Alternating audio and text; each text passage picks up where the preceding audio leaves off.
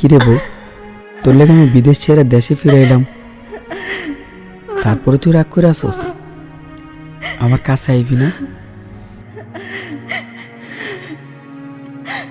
তোর কি মনে হয় প্রবাস জীবন অনেক আরামের, অনেক কষ্টের? তোর ছাড়া খুব কষ্টে ছিলাম। আমি আপনার ছাড়া থাকতে পারি না। কান্দিস না বউ, আমি আইছি তো। স্বামী কাছে না থাকার যে কি কষ্ট তা কেবল প্রবাসীর মনে ছাড়া আর কেউ জানে না। আপনি আমারে কথা দেন, আপনি আমারে যাইরার বিদেশ যাইবেন না।